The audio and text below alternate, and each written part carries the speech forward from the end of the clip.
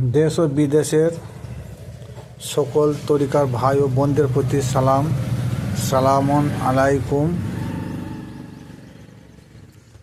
শুরুতেই একটা হাদিস বুখারী থেকে একটা হাদিস পেশ করছি।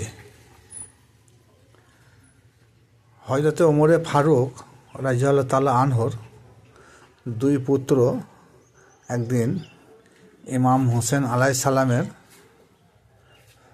ওনাদের বাগানের মধ্যে কুল বা খেজুর না বলা করে পেরেছিল,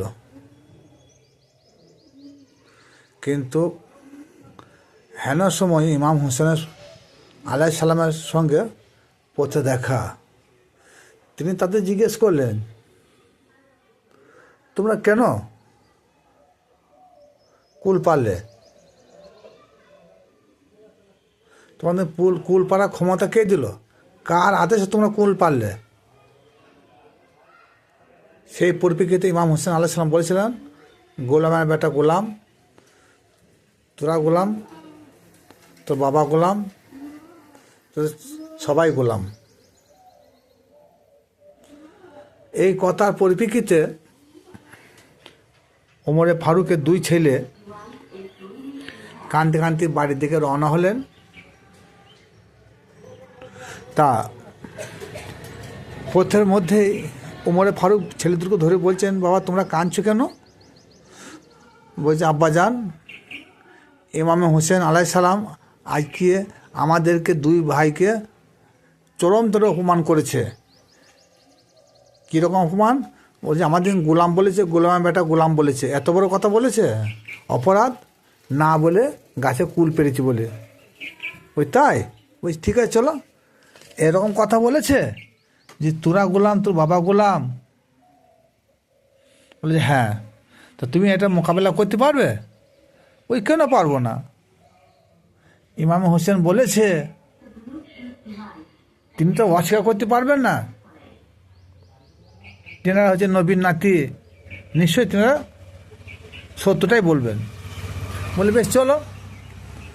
নিয়ে কী করবে? বাড়ি থেকে একটা কাগজ আর একটা কলম নিয়ে আসছেন। ইমাম হোসেন আলাইহিস সালামের কাছে এলেন। ইমাম হোসেন আলাইহিস সালাম ওমরে ফারুককে বললেন, খবর? বলছি, খবর আছে। তুমি আমার দুই ছেলেকে কি বলেছ? বলছি, হ্যাঁ যা বলেছি ঠিকই বলেছি। তা তুমি কি বলেছো আর আগে বলো, আমি শুনতে চাই। আমি বলেছি, গোলাম, তোরা গোলাম, তো বাপ গোলাম, আমার গোলাম আমার নানার গোলাম। তো তুমি এটা লিখে দিতে পারবে? হ্যাঁ, কেন বলবো না? সত্য বলেছি, তো সত্য লিখতে আমার কোনো অসুবিধা নেই। ওমরে ফারুক বাড়ি হতে খাতা কলম রেডি করে নিয়ে গিয়েছেন, ইমাম হোসেনকে দিলেন। ইমাম হোসেন আলাইহিস সালাম কী করলেন? সঙ্গে সঙ্গে লিখে দিলেন যে ওমরে ফারুকের দুই ছেলে আমাদের গোলাম এবং তার পিতা ওমরে ফারুক আমাদের গোলাম এবং আমার নানার গোলাম। ইতি ইমামে হোসেন আলাইহিস সালাম। নিয়ে কাগজটা কী করলেন? প্যাকেটের মধ্যে ভরে নিলেন আর চুমু খেলেন। ওমর ফারুকের দুই ছেলে বললেন, আব্বা আপনি যে বললেন যে এই কথাটা যদি তুমি মোকাবিলা করতে পারো, ভজিয়ে দিতে পারো, তাহলে আমি উপযুক্ত ব্যবস্থা নেব। তা উনি তো স্বীকার করলেন যে হ্যাঁ আমি বলেছি। তা তো আপনি তো কোনো ব্যবস্থা করলেন না। বলছি, চলো এই ব্যবস্থাটা হুজুর পাকের দরবারে হবে। হুজুর পাকের দরবারে গেলেন। কি ওমর ফারুক, ইয়া রাসূলুল্লাহ, ইয়া হাবিবাল্লাহ, আজ দীর্ঘদিন যাবৎ আপনার গোলামি করছি, আপনার সেবা করছি, আপনার খেদমত করছি, আপনার কথা শুনছি, কিন্তু প্রকৃতপক্ষে গোলামের সার্টিফিকেট আজ পর্যন্ত পেলাম না, কিন্তু আজ পেয়ে গেছি। দেখুন ওই তার প্রমাণ। তখন সেই পকেট থেকে ইমাম হোসেন আলাইহিস সালাম যে সিগনেচার করেছেন সে কাগজটা ফেলে দিলেন। আল্লাহ নবী ভাবলেন, তাই তো হোসেনকে ডালেন, ভাই হোসেন এই সিগনেচার তোমার? বলছে ইয়া রাসূলুল্লাহ, ইয়া হাবিব আল্লাহ, এই সিগনেচার আমার। আল্লাহ নবী বলেন ঠিক আছে, ইমাম হোসেন আলাইহিস সালামের যখন সিগনেচার আছে, তার প্রকৃতপক্ষে তোমরা আজ থেকে আমাদের গোলাম হয়ে গেলে। তাহলে ছেলে দুটো কি বুঝাইলেন?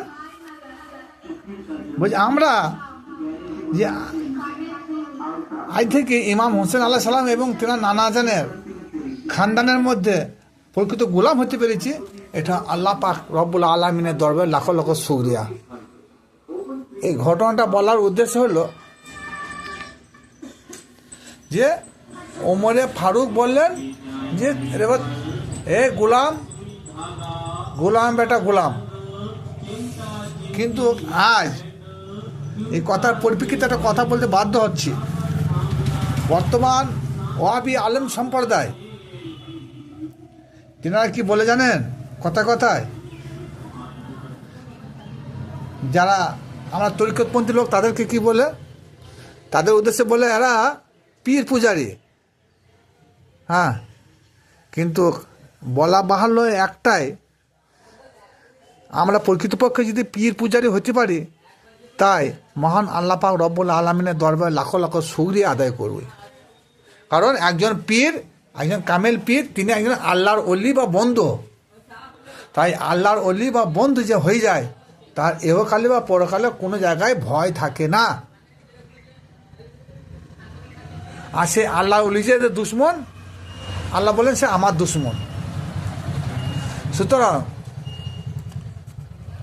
একজন আল্লাহর অলির যদি সঠিকভাবে তার অনুগত্য স্বীকার করতে পারি, তাহলে পরকালে আমাদের ইনশাআল্লাহ আমাদের ভয় থাকবে না। জান্নাত অবধারিত আমাদের নসিবে লিখিত আছে। কারণ ওরা কথায় বলে যে তরিকতপন্থী লোকরা, সুফিবাদী লোকরা, এরা সব পীর পূজারী।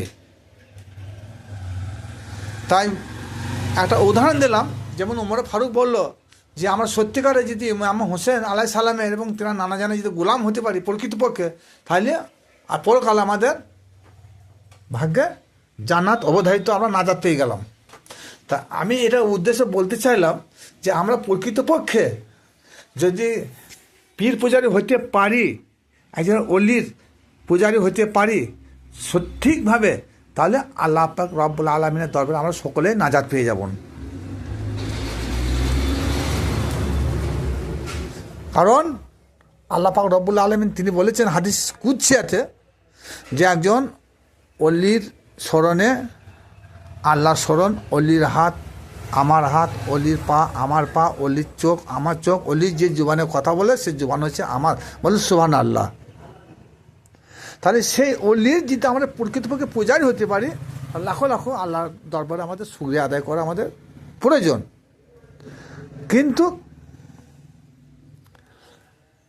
কবর পূজারী যেটা বলে, কবর হচ্ছে দু রকম। একটা আল্লাহ অলিদের যেটা হয়ে থাকে সেটা কবর বলা যাবে না, সেটাকে মাজার বলা যাবে। আর সাধারণ আমাদের পিতা মাতা আত্মীয় স্বজন প্রতিবেশী যারা মারা যায় তাদের কবর হয়। প্রকৃতপক্ষে যারা পীর এবং যারা আল্লাহর অলি হয়ে যায় তাদের আর কবর থাকে না, সেটা মাজার হয়ে যায়। তার জন্য আল্লাহ পাক রব্বুল আলামিন বলেন যারা প্রকৃতপক্ষে আমার বন্ধু বা অলি পীর মাসেকগণ, এদেরকে তোমরা কেউ মৃত্যু বলিও না, এরা আমার প্রকৃত বন্ধু, এরা কবরেও জীবিত আছে, এদেরকে আমি আহার যোগাই। এরা দুনিয়াতে যেভাবে ইবাদত বন্দিগি করেছে, মরার পরেও সেভাবে তারা ইবাদত বন্দিগি করে বেড়াচ্ছে। তাইলে সেই অলিদের কবরে যারা যায় সব মানে সিজদা করার উদ্দেশ্যে যায়। সে পীরদের মাজারে যারা যায় সব মানে সিজদা করার জন্য যায়। সিজদা হচ্ছে দুই প্রকার, সিজদা তাহিয়াত আর সিজদা আবুদিয়াত। এটা কানজুল ইমানে যথেষ্ট প্রমাণ আছে। তো সেই কানজুল ইমানে প্রমাণ আছে যে সিজদা দুই প্রকার, সিজদা তাহিয়াত, একটা তাজিমের সিজদা, একটা আবুদিয়াত সিজদা, এটা হচ্ছে ইবাদতের সিজদা। সূরা হামিম সিজদা আয়াত নম্বর 37, এই আয়াতে আল্লাহ পাক রব্বুল আলামিন তিনি বলেছেন,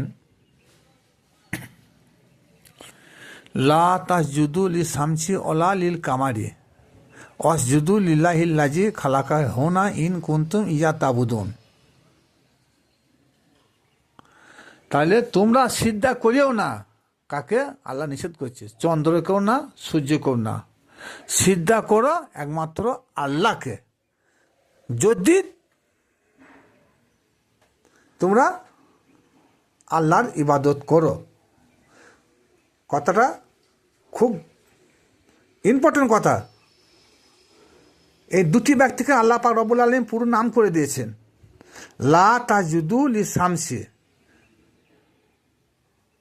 ওয়ালা লিল কামারি। শামস মানে সূর্য, কামার মানে চন্দ্র। চন্দ্রকেও সূর্য করো না, চন্দ্রকেও সিজদা করিও না, আর সিজদাকেও ওই সূর্যকেও সিজদা করিও না। ওয়াসজুদু লিল্লাহ খালাকাহুনা ইন কুনতুম ইয়া তাবুদুন। যদি তোমরা সিজদা করো আল্লাহকে করো, আর সেটা ইবাদতের মাধ্যমেই করো। তাহলে এখানে বোঝা গেল, যখন আমরা ইবাদত বন্দি করব বা করি, তখন একমাত্র আল্লাহকে সিজদা করি। আর আল্লাহ পাক রব্বুল আলামিন তিনি বলেছেন, কি বলেছেন? ওয়াসজুদু লিল্লাহি খালাকাহুনা ইন কুনতুম ইয়া তাবুদুন। যদি তোমরা ইবাদত করো, তো একমাত্র তোমাদের আল্লাহকেই সিজদা করতে হবে। আর সেই আল্লাহ সিজদা, ইবাদতের সিজদা কি হবে? সেটা একমাত্র নামাজের সালাতের মাধ্যমে হবে। সে সালাতের মাধ্যমে একটা ওয়াক্ত নির্ণয় করতে হয়। ওয়াক্ত নির্ণয় করি কি হয়? অজু করতে হয়। অজু করি কি হয়? যায় নামাজের দোয়া পড়তে হয়, নিয়ত করতে হয়, নামাজের যে আকাম যেগুলো আছে সেগুলো যথাযথভাবে পালন করতে হয়, রুকু যেতে হয়, সিজদা যেতে হয়, তারপরে সিজদা থেকে ওঠার পরে তাশাহুদ পড়তে হয়, দরুদ ইব্রাহিম পড়তে হয়, সালাম ফিরতে হয়। তবেই সেই সিজদাটা আল্লাহ পাক রব্বুল আলামিনের দরবারে গ্রহণযোগ্য হবে, নচেত হবে না। কিন্তু যারা আল্লাহর ওলিদের মাজারে সিজদা করেন, সেই সিজদা কিন্তু আল্লাহর সিজদা নয়, আল্লাহর ব্যক্তির উদ্দেশ্যে সিজদা। আর এরপরে যদি হকিকতে যান, আল্লাহ পাক তো রব্বুল আলামিন বলেছেন যে একজন আল্লাহর ওলির তার হাত, তার পা, তার চোখ, তার মুখ, তার সর্বশরীর আমার হয়ে যায়। সুতরাং তখন সে আর আল্লাহ ওলিকে আর সাধারণ লোক ভাবে না, সে একজন আল্লাহওয়ালা লোক। সে আল্লাহওয়ালা লোককে সম্মান করা, সে আল্লাহ লোকের মাজারে সম্মান করা মানে আল্লাহকে সম্মান করা। আর যদি শরীয়তের পরিভাষায় আমি যাচ্ছি, যখন আমরা কোনো মাজারে গিয়ে মাথা নত করি, তখন আমরা কাবার দিক নির্ণয় করি না। যে দিকগুলো আছে পূর্ব, পশ্চিম, উত্তর, দক্ষিণ, এইসব দিক নির্ণয় করি না। যে কোনো দিকে যেভাবে সুযোগ পায় সেইভাবেই সে সেই মাজারে গিয়ে আত্মসমর্পণ করে বা মাথা নত করে। সিজদার বাংলা অর্থ হচ্ছে আত্মসমর্পণ করা। তাহলে সেখানে অজু প্রয়োজন হয় না,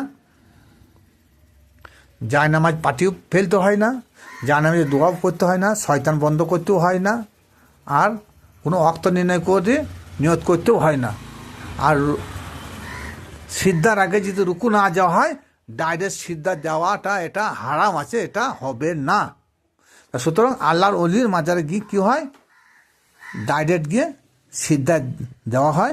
সেই সিজদা আল্লাহর ইবাদতের সিজদা হয় না, সেটা হচ্ছে সম্মানজনক সিজদা। সেই সম্মানজনক সিজদা সেখানে যখন দেওয়া হয়, সেখানে সুবহানা রাব্বিয়াল আলা বলা হয় না।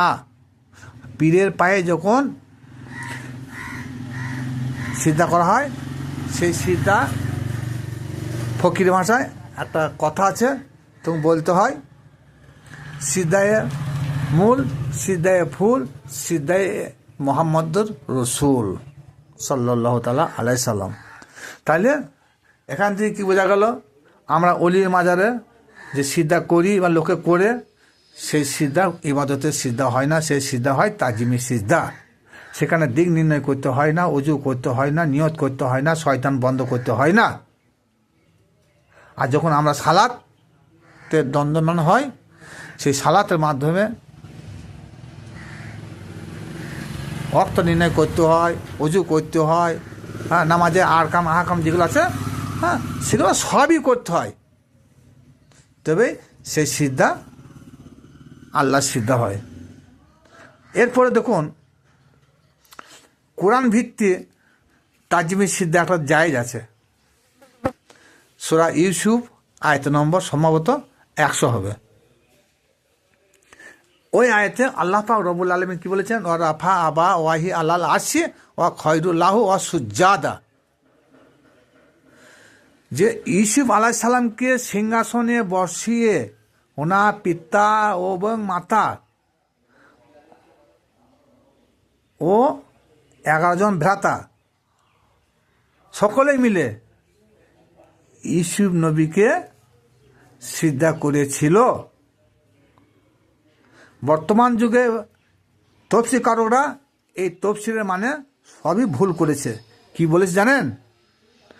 যে তারা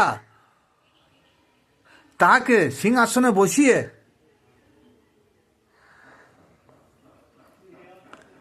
সম্মানজনক সিজদা করলো। তাদেরকে বলতে কাকে বোঝানো হলো?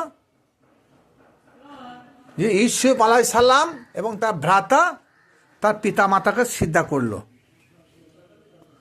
সম্পূর্ণ তফসিরটা উল্টে দিয়েছে। তারা সকলে মিলে তার পিতা মাতাকে সম্মানজনক সিজদা করলো, কিন্তু এটা সম্পূর্ণ ভুল তফসির। কারণ তফসিরটা হচ্ছে ইউসুফ আলাইহিস সালামকে সিংহাসনে উচ্চ আসনে বসিয়ে তার পিতা এবং মাতা 11 জন ভাই বা ভ্রাতা সহ সকলে মিলে তেনাকে তাজমি সিজদা করেছিল সেদিনে। তাহলে কোরআন যেখানে সাপোর্ট দিচ্ছে তাজমি সিজদা জায়েজ আছে। আর বর্তমান আলেমরা কি বলছেন?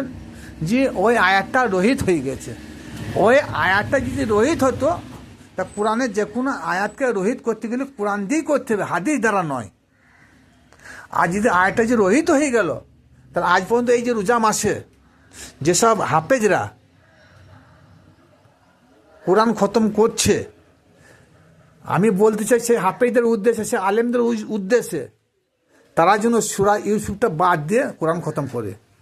আর যারা এমনি পাঞ্জাগানা নামাজ পড়ে, তারা যেন সূরা ইউসুফটা না পড়ে। এটাকে মানতে পারবেন? না পারে, না পেরেছে। তাহলে হাদিস দিয়ে সূরা ইউসুফের 100 নম্বর আয়াতটাকে এরা রহিত করতে চেয়েছে। এটা কখনো না। কারণ এদের একজন আল্লাহর ওলিকে যখন সিজদা করে তাজিমে, তখন এদের বুকসুর হয়ে যায়। এরা সহ্য করতে পারে না যে আমরা 15 বছর পড়াশোনা করলাম, আমরা হাফেজ ডিগ্রি করলাম, আলেম ডিগ্রি করলাম, মৌলানা ডিগ্রি করলাম, মুফতি ডিগ্রি করলাম, মুহাদ্দিস ডিগ্রি করলাম, মুফাসসির ডিগ্রি করলাম, আমাদের পায়ে কেউ সিজদা করলো না। এটা আফসোস থেকে যায়।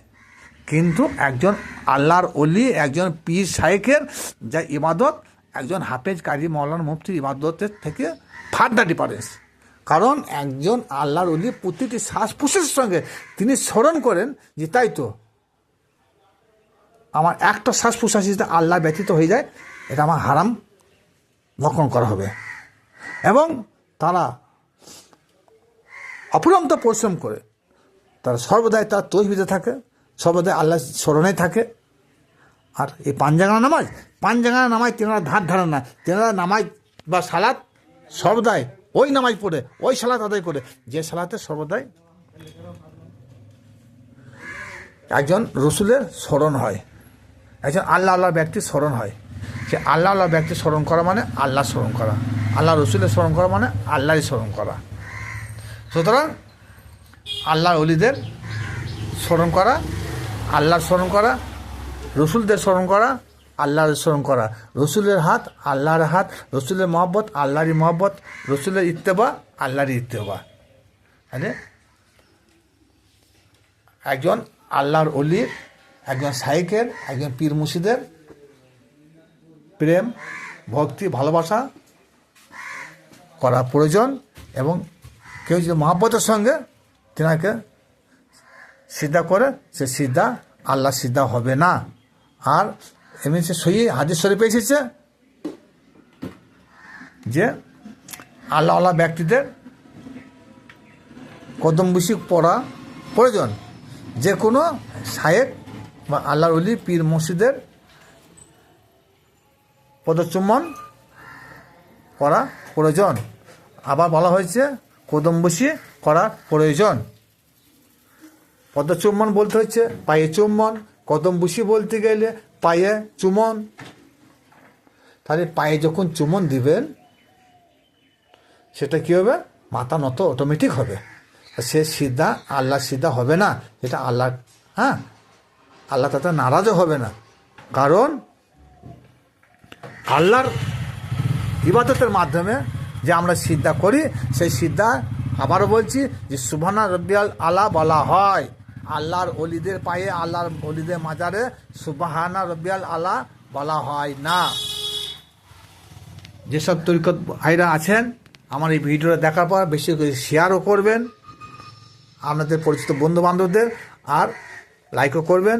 আর এই ধরনের তরিকতপন্থী ভিডিও পেতে আমরা সাবস্ক্রাইব করবেন। সালামুন আলাইকুম ওয়া রাহমাতুল্লাহি ওয়া বারাকাতুহু।